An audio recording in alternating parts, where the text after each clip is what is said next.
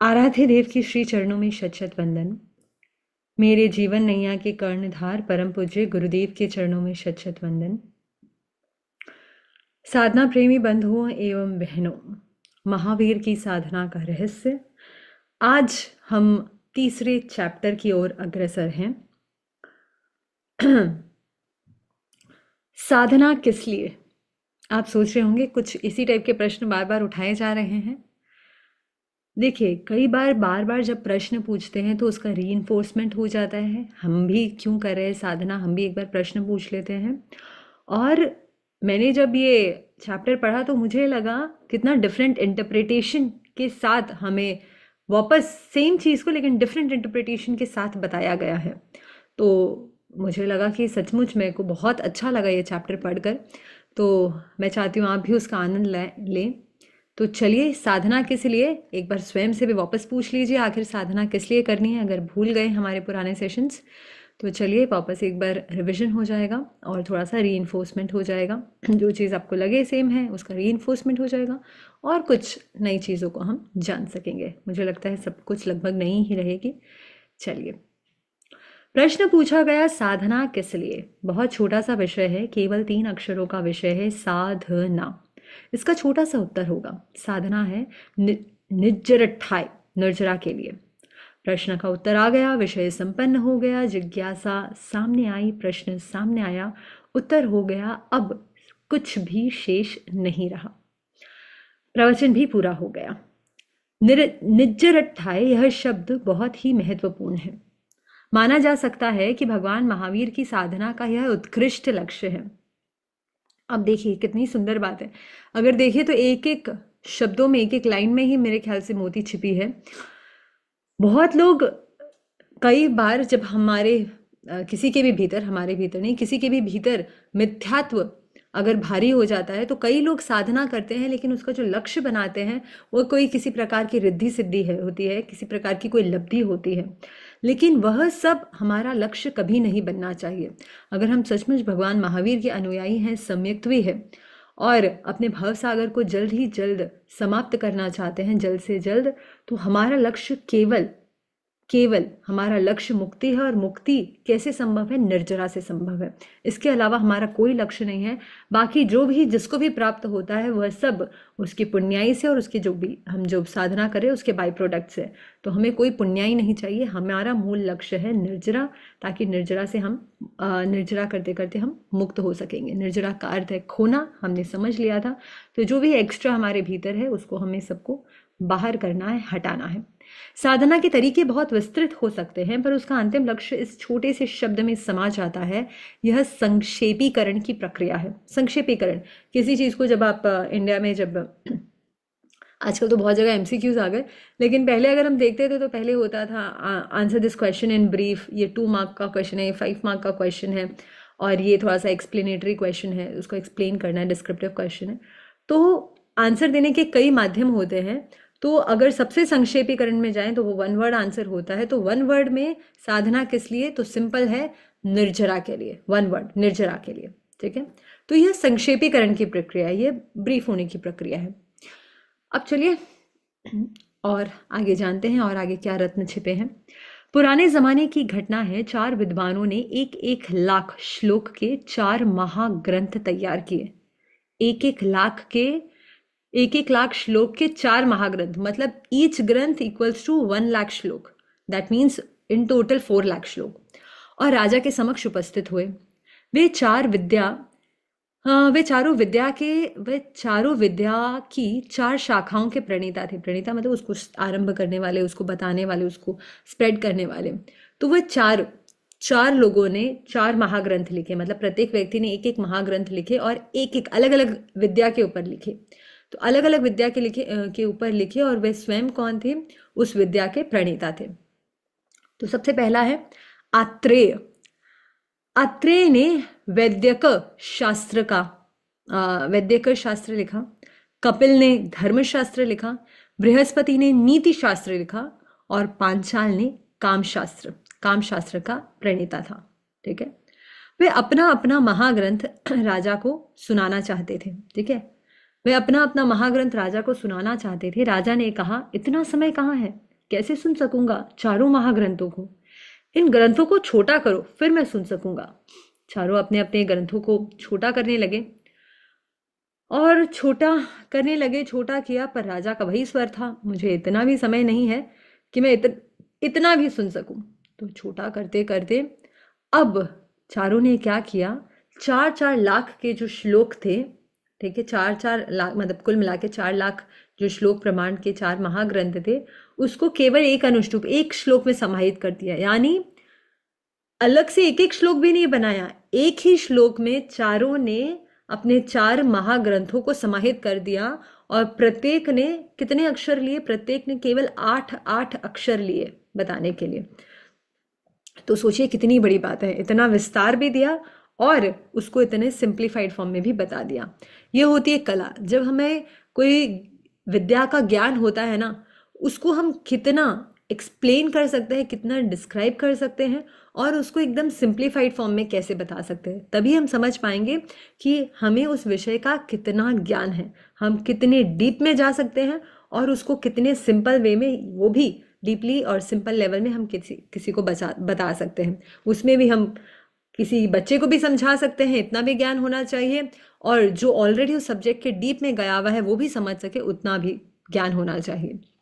तो चलिए अब उन्होंने कैसे किया, तो उन्होंने क्या लिखा, जीर्णे भोजन मात्रेयः कपिलः प्राणिनाम दया बृहस्पतिर विश्वासः पांचालः स्त्रीषु मार्दवम। वो 4 सब्जेक्ट क्या थे? आत्रेय का जो सब्जेक्ट था वो था वैद्य का मतलब डॉक्टर, कपिल का जो सब्जेक्ट था वो धर्मशास्त्र था, बृहस्पति नीति शास्त्र मतलब जो एथिक्स होते हैं, जो नीतियां होती है, ठीक है, रणनीति होती है वो सारे, और पांचाल का कामशास्त्र।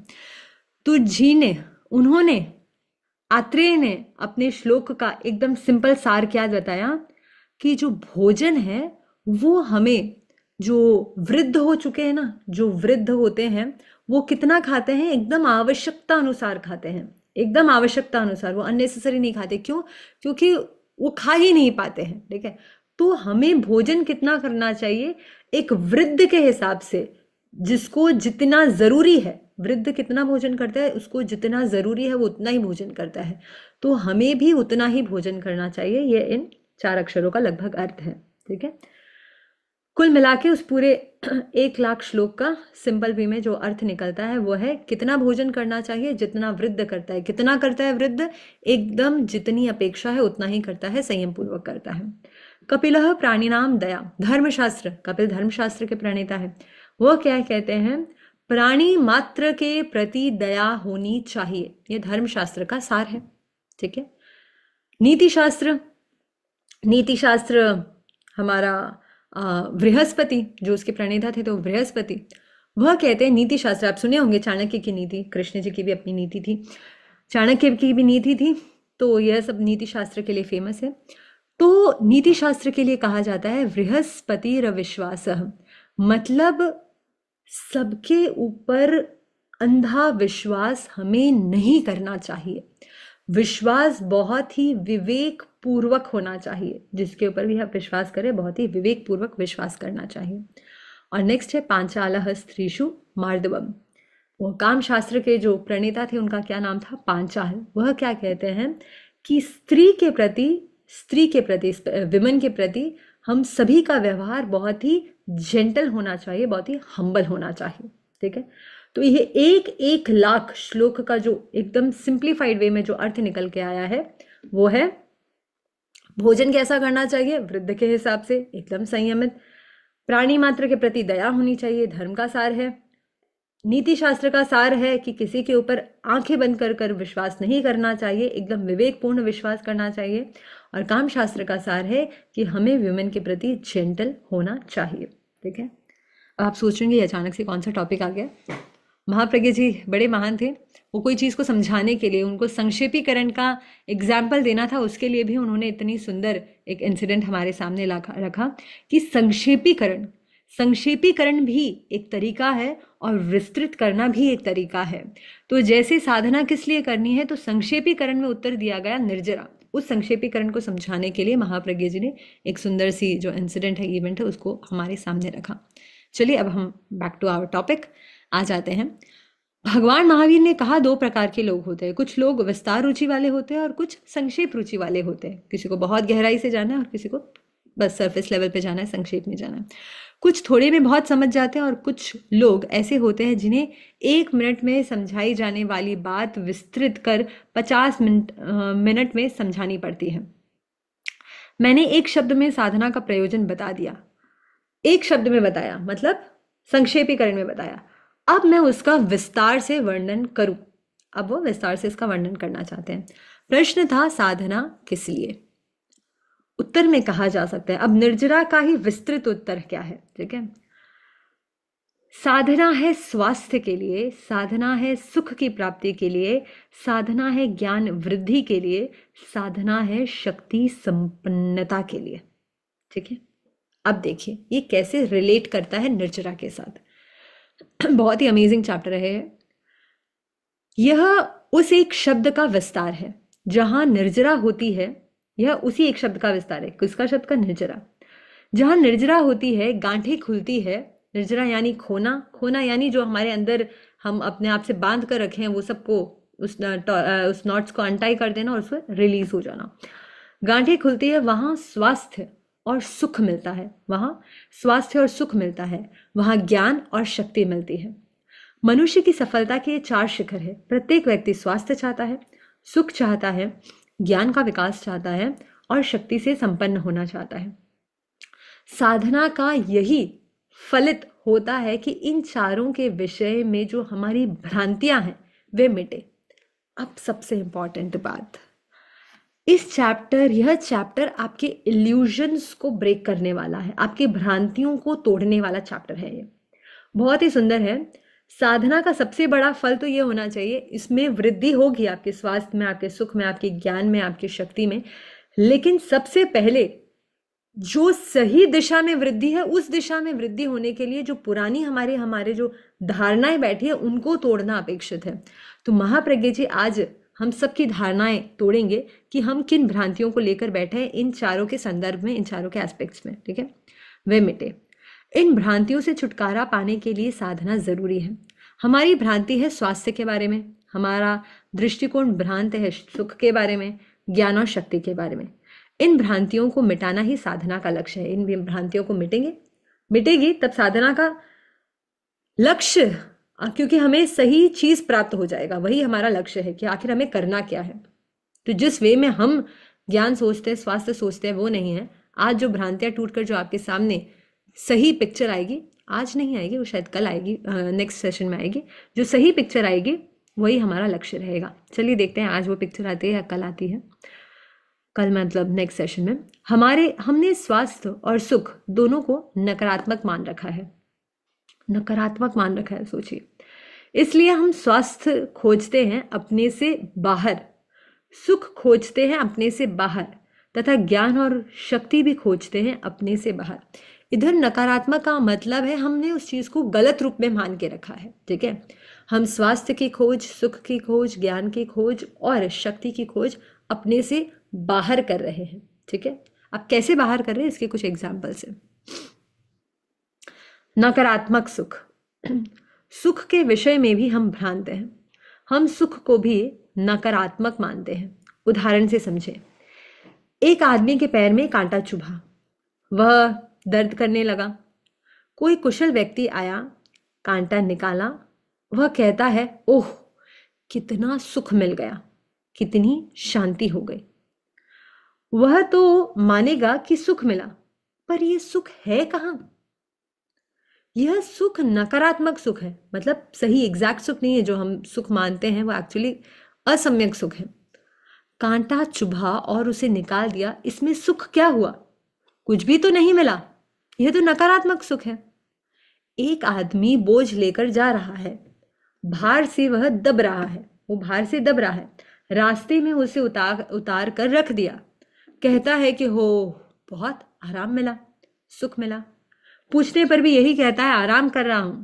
यह सुख या आराम क्या हुआ? यह है नकारात्मक सुख।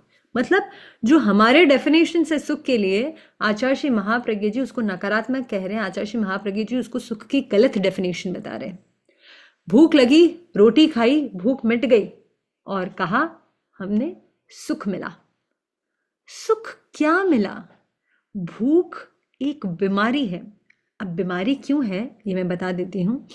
भूख एक बीमारी है। भूख हमारे वेदनीय कर्म का उदय है। अब जैसे वेदनीय कर्म का उदय होता है, सपोज पेट दर्द हो रहा है, तो हम क्या कहते हैं, ये हमारे वेदनीय कर्म का उदय है कि पेट दुख रहा है, माथा दुख रहा है, सिर दुख रहा है, शरीर दुख रहा है। तो भूख भी तो एक शरीर की मांग है।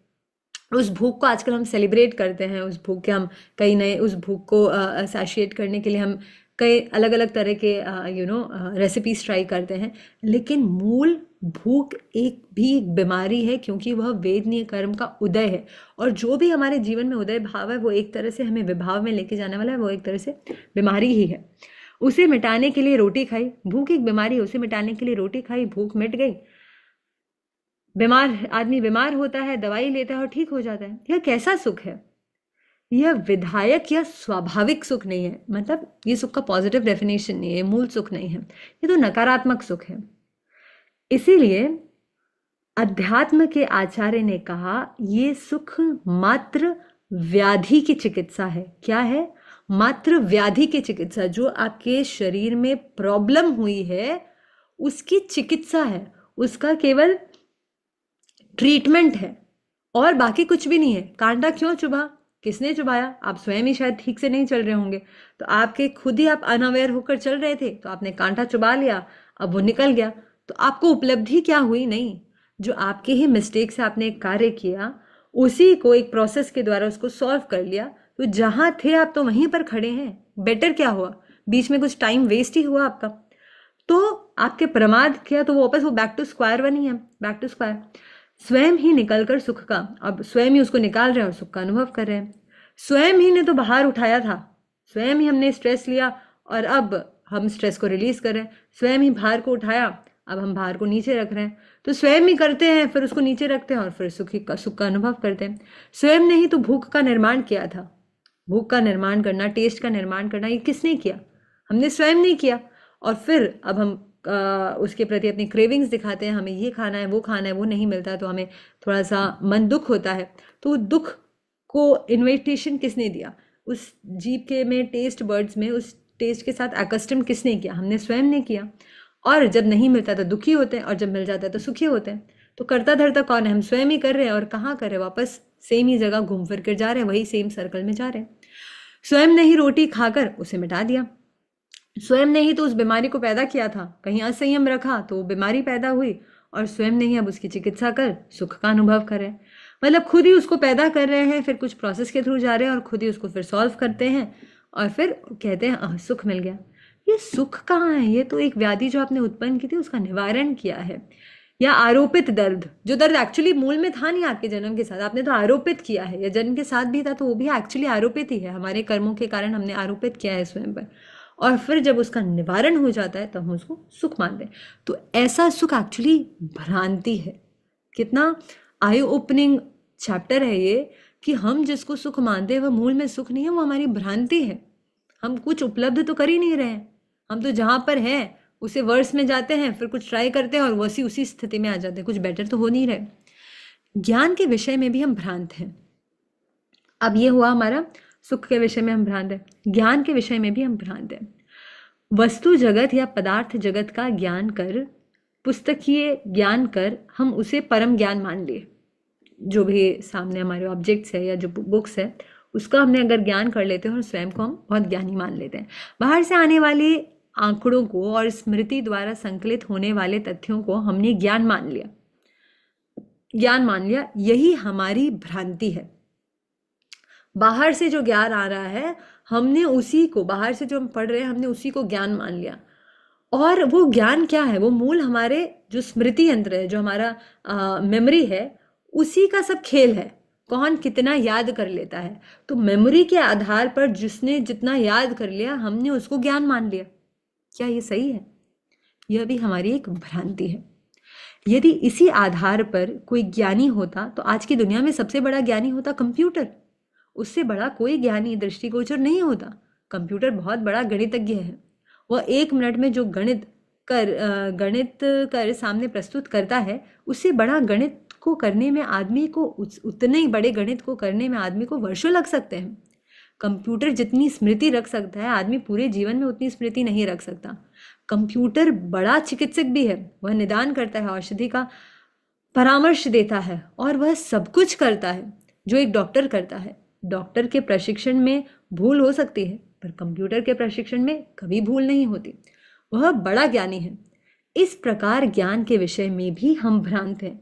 हमने ज्ञान को मान लिया, हमारी मेमोरी, हमारे जो कुछ आंकड़े जो हमें याद है, कुछ फिगर्स जो हमें याद है, उसी के संदर्भ में हम चल रहे हैं। तो मतलब जिसकी मेमोरी तेज है वो बहुत बुद्धिमान है, जिसकी मेमोरी वीक है वो कम बुद्धिमान है। तो हमने ज्ञान को एक मेमोरी के बॉक्स में कन्फाइन कर दिया। क्या यह ज्ञान है? महाप्रज्ञ जी कहते हैं ये ज्ञान नहीं, ये भ्रांति है। ठीक है, हमने रुलाने वाली शक्ति को ही शक्ति माना है। यानी कोई एक चांटा मारे और उसे कोई एक चांटा मारे और दूसरा उसे 10 चांटे जड़ दे तो वह शक्तिशाली माना जाता है। कोई पत्थर मारे तो दूसरा रिवॉल्वर चलाए तो वह शक्तिशाली माना जाता है। इसका फलित यह है कि जिस व्यक्ति के पास मारने या सताने का शस्त्र अधिक तेज है, तीव्र है, वह शक्तिशाली है। वह शक्ति, आज हम भी देखते हैं जहाँ देशों में शक्ति की बात होती है, वहाँ एक शक्ति का डेफिनेशन ये भी होता है कि आर्म्स में, वेपन्स में कौन सा देश सबसे ज़्यादा स्ट्रॉन्ग है, किसके पास सबसे स्मार्ट वेपन्स, किसके पास सबसे अपडेटेड वेपन्स है। ठीक है, तो उसको भी एक शक्ति का प्रतीक माना गया है कि हम अगर किसी को नीचा गिरा सके, किसी को भेद डाल सके, उतनी अगर हमारे पास शक्ति है तो मानना चाहिए कि हम शक्तिशाली हैं। इसका फलित यह है कि जिस व्यक्ति के पास मारने या सताने का शस्त्र अधिक तेज है, तीव्र है, वह शक्तिशाली है। किसी का इतना शोषण करें और उसे इतना सताए कि वह दब जाए तो शोषण करने वाला, सताने वाला शक्तिशाली माना जाता है। यह शक्ति के विषय में भी भ्रांति है। सुख के विषय में हमने भ्रांति जानी, खुद ही हम दुख को क्रिएट कर रहे हैं, फिर कुछ प्रोसेस में जाते हैं, कुछ उसमें जाते हैं, ट्रीटमेंट में जाते हैं और फिर उसी को वापस सुख मान लेते हैं। कुछ प्राप्त तो हुआ नहीं, वापस वहीं के वहीं है, लेकिन फिर भी सुख मान लेते हैं, वो भ्रांति। ज्ञान के विषय में भ्रांति, मेमोरी में कन्फाइन कर दिया। शक्ति के विषय में भ्रांति, जब हम किसी को नीचा दिखा सके, किसी को जितने तीक्ष्ण रूप में हम किसी को नीचा दिखा सके या किसी को मार सके या किसी का शोषण कर सके, किसी को सता सके, उतने हम स्वयं को शक्तिशाली मानते हैं। देश के संदर्भ में भी वही बात होती है। यह शक्ति के विषय में भ्रांति है। इस प्रकार आज का आदमी 4 भ्रांतियों से ग्रस्त है: स्वास्थ्य की भ्रांति, सुख की भ्रांति, ज्ञान की भ्रांति और शक्ति की भ्रांति। आज हमने जाना कुछ भ्रांतियों के बारे में। सुख और जो स्वास्थ्य है उसको हमने एक साथ जाना। अब हम नेक्स्ट सेशन में, मैं नहीं चाहती थी कि मैं दोनों चीज़ आप लोगों के साथ एक साथ रिवील करूं। मैं चाहती हूँ आप इस पर चिंतन करें, मनन करें। करने के लिए हम बहुत कुछ आज एक साथ कर सकते हैं, लेकिन मैं चाहती हूँ आप अपनी भ्रांतियों को देखें कि आप कहाँ कहाँ भ्रांति पाल के रखे हैं। जितना हम हमारे स्टडीज़ के साथ रेजोनेट कर पाएंगे, कनेक्ट कर पाएंगे, उतना फिर जब नए ग्रंथियाँ खुलेगी तब हमें आनंद आएगा। तो आज हमने भ्रांति के बारे में जाना। अब हम जब कल जानेंगे तो हम असली ज्ञान, असली स्वास्थ्य, असली सुख और असली शक्ति के बारे में जान पाएंगे, और अगर उसको प्राप्त करना है तो उसके कौन से उपाय हो सकते हैं हम उसके बारे में भी जान पाएंगे। तो आज मैं चाहती हूँ आप इसको थोड़ा सा अपने भीतर जमाएं और देखें हम कहाँ कहाँ भ्रांत हैं। आप भी देखें, मैं भी देखती हूँ, और आगे सही ज्ञान को पाने के लिए उत्सुक रहें। इन्हीं मंगल भावनाओं के साथ ओम अरहम, ओम अरहम, ओम अरहम।